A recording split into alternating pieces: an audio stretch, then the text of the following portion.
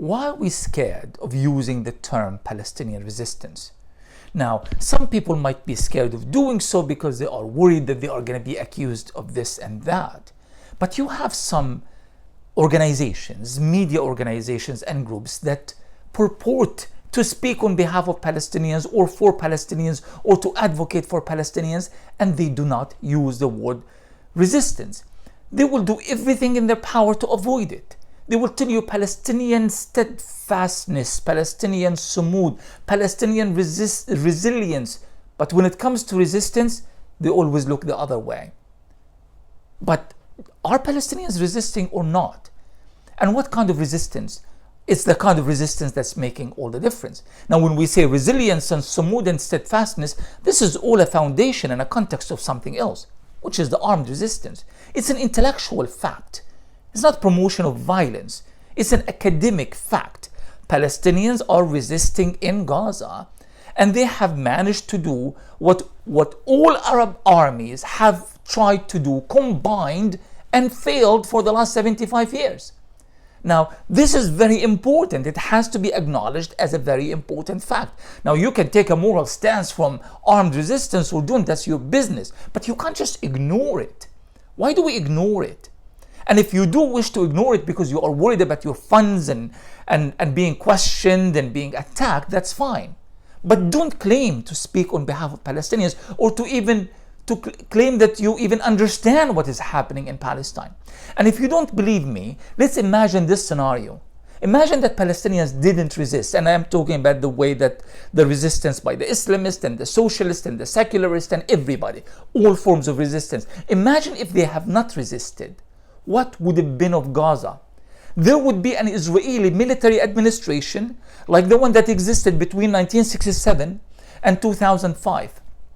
And Palestinians would be lining up in various lines by the Israeli military, strip searched, humiliated even a lot more than this.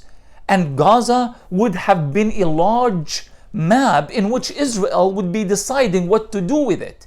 Should we start tourist resorts over here? Do we use these people as cheap laborers here? And that sort of thing. And they would have pushed Gazans out, at least a very large number of them, because the demographics of Gaza are just simply too impossible for Israel to cope with.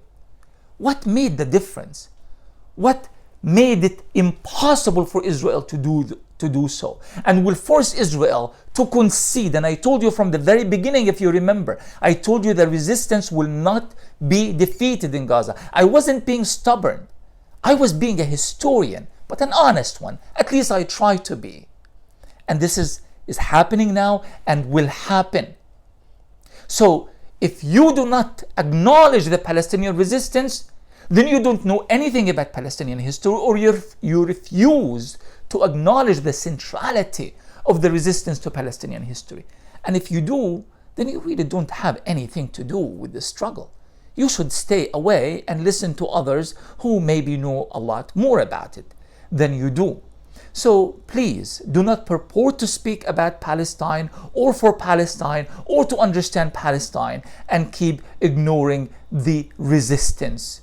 The only aspect that made it truly impossible for Israel to conquer Gaza, and everything else was actually just noise.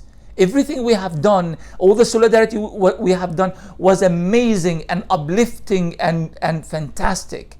But all of this solidarity without Palestinian resistance would have made no difference. So please have the courage to start acknowledging Palestinian resistance. Again, you don't have to agree or disagree with everything, but at least you need to acknowledge that that resistance has been the head of the spear of Palestinian steadfastness and sumud for many, many years.